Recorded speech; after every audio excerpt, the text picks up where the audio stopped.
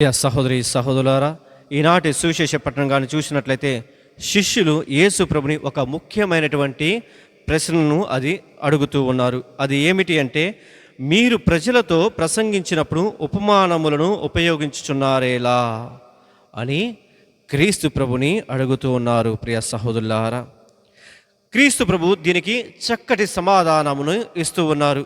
ఇది కేవలం శిష్యులకే కాదు, క్రైస్తవులమైనటువంటి ప్రతి ఒక్కరికి కూడా తెలియజేస్తూ ఉన్నారు. అదేవిధంగా క్రైస్తవులు ఉన్నటువంటి మనందరం కూడా ఆత్మ పరిశీలనను చేసుకోవాలి. ఒక ఉపమానము ఒక సాధారణమైనటువంటి కథ కాదు, అది దేవుని రాజ్య రహస్యములను తెలుసుకునే తపనున్నటువంటి వారికి అది ఒక తాళపు చెవిలాగా కూడా ఉపయోగపడుతుంది. దేవుని వాక్యాన్ని వినటానికి సిద్ధమైనటువంటి హృదయానికి అది జీవాన్ని ఇస్తుంది, వెలుగును ఇస్తుంది, మార్గదర్శకత్వాన్ని కూడా ఇస్తుంది. కానీ ఎవరైతే దేవుని యొక్క వాక్యాన్ని అనుసరించరో, తిరస్కరిస్తూ ఉన్నారో, గర్వముతోటి, అసూయతోటి, ఈర్ష్యతోటి, కుళ్ళు కుతంత్రాలతోటి వారి కనులు వారి చెవులు మూసుకొని పోయి ఉన్నాయో, వారి యొక్క హృదయంలో వారు ఆ యొక్క ఉపమానములో ఉన్నటువంటి పరమార్థాన్ని గ్రహించలేకపోతూ ఉన్నారు. వారికి ఎన్ని విషయాలు ఎన్ని రకాలుగా మనం బోధించినా కూడా వారు నిజాన్ని తెలుసుకోలేరు. అందుకే క్రీస్తు ప్రభు యెషయా ప్రవచించినటువంటి పలుకులని మరలా తెలియజేస్తున్నారు. మత్తయి సువార్త 13వ అధ్యాయం 13వ వచనం గారు చూసినట్లయితే ప్రభువు ఈ విధంగా పలుకుతున్నారు, వారు చూచి ఉన్నారు, విని ఉన్నారు, గ్రహింపరు, కనుక నేను వారితో ఉపమాన రీతిముగా మాట్లాడుచున్నాను అని క్రీస్తు ప్రభు తెలియజేస్తూ ఉన్నారు. ఎన్నో అద్భుతాలను, ఎన్నో స్వస్థతలను వారు కనులారా చూసి ఉన్నారు, కానీ వారు గ్రహించటం లేదు. అందుకే మన జీవితంలో కూడా దేవుని యొక్క వాక్యాన్ని వినటానికి అవకాశాలు చాలా రకాలుగా ఉన్నాయి. దివ్య బలి పూజ ద్వారా వింటున్నాము, దివ్య పఠనాల ద్వారా వింటున్నాము, వాక్యము ద్వారా వింటున్నాము, బైబిల్ గ్రంథం చదవటం ద్వారా వింటున్నాము, ప్రార్థనలో వింటున్నాము, ఆధ్యాత్మిక బోధనలను మనము ప్రతిరోజు కూడా వింటూ ఉన్నాము. ప్రతిరోజు కూడా దేవుడు మనతో మాట్లాడుతూనే ఉన్నాడు. కేవలము వినటము వలన సరిపోదు. వినటం వల్ల మాకు జీవితాలు బాగుపడతాయి, మా కుటుంబాలు అనారోగ్యంలో ఉన్నటువంటి వారు స్వస్థత పొందుతారు అనుకోవటము ఉట్టి భ్రమ. ప్రియ సహోదరి సహోదరులారా, వాక్యము మన యొక్క ఆలోచనలను, మన యొక్క మాటలను, మన యొక్క ప్రవర్తనను, జీవితాన్ని మార్చినప్పుడే మనము క్రీస్తునందు ఫలించగలుగుతూ ఉంటాము. ఒక తరగతి గదిలో ఒక ఉపాధ్యాయుడు ఒక పాఠాన్ని చెప్తున్నాడు. ఒకే రీతిగా పాఠాన్ని అందరికీ తెలియజేస్తున్నారు. పరీక్ష కాలము వచ్చినప్పుడు ఆ తరగతి గదిలో ఉన్నటువంటి వారు కొందరు మాత్రమే మంచి మార్కులతోటి పాస్ అయి ఉన్నారు, మరికొందరు ఫెయిల్ అయి ఉన్నారు. ఎందుకు? ఉపాధ్యాయుని తప్ప అంటే అది ఉపాధ్యాయుని యొక్క తప్పు కాదు.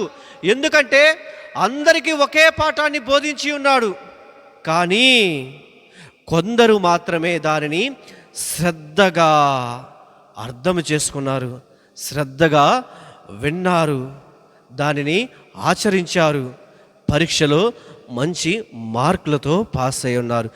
ఎవరైతే ఆ యొక్క పాఠాన్ని పెడచెవిన పెట్టారో, వినకుండా విచ్చలవిడిగా అటు ఇటు తిరుగుతూ ఆలోచనలు ఈ ఆలోచనలు చేస్తున్నారో, పరీక్ష కాలము వచ్చినప్పుడు వాళ్ళు ఏమవుతున్నారు? ఫెయిల్ అవుతూనే ఉన్నారు. ప్రియ సహోదరులారా, అందుకే ప్రభువు కూడా సువార్తను బోధిస్తున్నాడు. ఒకే సువార్తను అందరికీ బోధిస్తున్నాడు. కానీ ఎవరైతే వినయముతోటి దానిని స్వీకరిస్తూ ఉంటారో, దానిని వినయముతో స్వీకరించి దానిని వారి యొక్క జీవితాల్లో అనుసరిస్తూ ఉంటారో, వారు మాత్రమే క్రీస్తు ప్రభునందు ఫలించగలుగుతూ ఉన్నారు. అందుకే ప్రభు ఈ విధంగా తన యొక్క శిష్యులతో పలుకుతూ ఉన్నారు. మత్తయి సువార్త 13వ అధ్యాయము 16వ వచనము 17 వచనాలు కానీ చూసినట్లయితే ప్రభు చాలా చక్కగా పలుకుతున్నారు. మీరంతా ధన్యులు, మీ కనులు చూడగలుగుచున్నవి, మీ చెవులు వినగలుగుచున్నవి. మీరు చూచినది చూచుటకు, వినున్నది వినుటకు ప్రవక్తల నెల్లకను నీతిమంతుల నెల్లకను కాంక్షించిరి, కానీ వారికి అది అసాధ్యపడలేదు. వారికి సాధ్యపడలేదు అని ప్రభు తెలియచేస్తూ ఉన్నారు. ప్రియ సహోదరి సహోదరులారా, మత్తయి సువార్త 13వ అధ్యాయము 16-17 వచనాలు కానీ చూసినట్లయితే ప్రభు ఈ విధంగా పలుకుతున్నారు. మీరంతా ధన్యులు, మీ కనులు చూడగలుగుచున్నవి, మీ చెవులు వినగలుగుచున్నవి.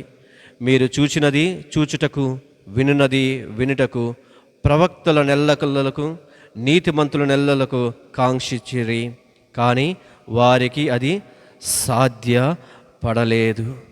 మన యొక్క శారీరక కళ్ళతోటి, చెవులతోటి వినడం వల్ల మనము దేవుని యందు విశ్వాసంలో జీవించలేము. ఆధ్యాత్మికమైనటువంటి కన్నులతోటి, విశ్వాసముతోటి ఆయన యొక్క కార్యాలను గుర్తించగలుగుతాము. ఆయన యొక్క స్వరాన్ని మనము వినగలుగుతాము. ఆయన యొక్క ఆజ్ఞలను మనము పాటించగలుగుతాము. ప్రియ సహోదరులారా, ఎప్పుడైతే మనము ఈ యొక్క శారీరక కళ్ళతోటి, చెవులతోటి వినాలని మనం ప్రయత్నించినా కూడా దానిలో ఉన్నటువంటి పరమార్థాన్ని మనము గ్రహించలేదు. ఎప్పుడైతే మనల్ని మనము ఆ యొక్క వాక్యాన్ని వినటానికి పరిపూర్ణంగా సమర్పించుకుంటామో దానిలో ఉన్నటువంటి పరమార్థాన్ని మనము గ్రహించగలుగుతాము. దేవుని యందు నిత్యము మనము జీవించగలుగుతాము. ఈ సువార్త మనందరినీ కూడా ప్రశ్నిస్తుంది. నా హృదయము దేవుని యొక్క వాక్యాన్ని స్వీకరించే మంచి నేలను పోలి ఉందా లేదా అని మనము ఆత్మ పరిశీలన చేసుకోవాలి.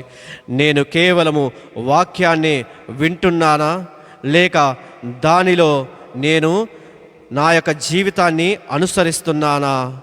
నా యొక్క జీవితము దేవుని యొక్క వాక్యానికి స్పందిస్తుందా లేదా అని ఆత్మ పరిశీలన చేసుకోవాలి. ప్రియ సహోదరి సహోదరులారా, దేవుడు ఈరోజు తన యొక్క వాక్యము ద్వారా మనతో మాట్లాడుతూ ఉన్నాడు.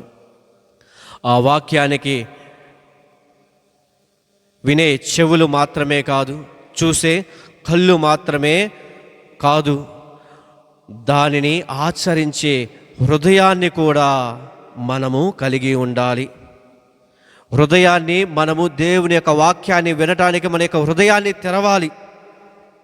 తెరిచినప్పుడే దానిలో ఉన్నటువంటి ప్రతిఫలాల్ని మనము పొందగలుగుతాము. ఎప్పుడైతే దేవుని యొక్క వాక్యానికి మన యొక్క హృదయాన్ని తెరుస్తామో ఆ క్షణమనే మన యొక్క జీవితాలు ధన్యమవుతూ ఉంటాయి. ప్రియ సహోదరి సహోదరులారా, కాబట్టి మనందరము కూడా దేవుని యొక్క సువార్తకు సాక్షులుగా నిలుచుదాము. ఆమెన్.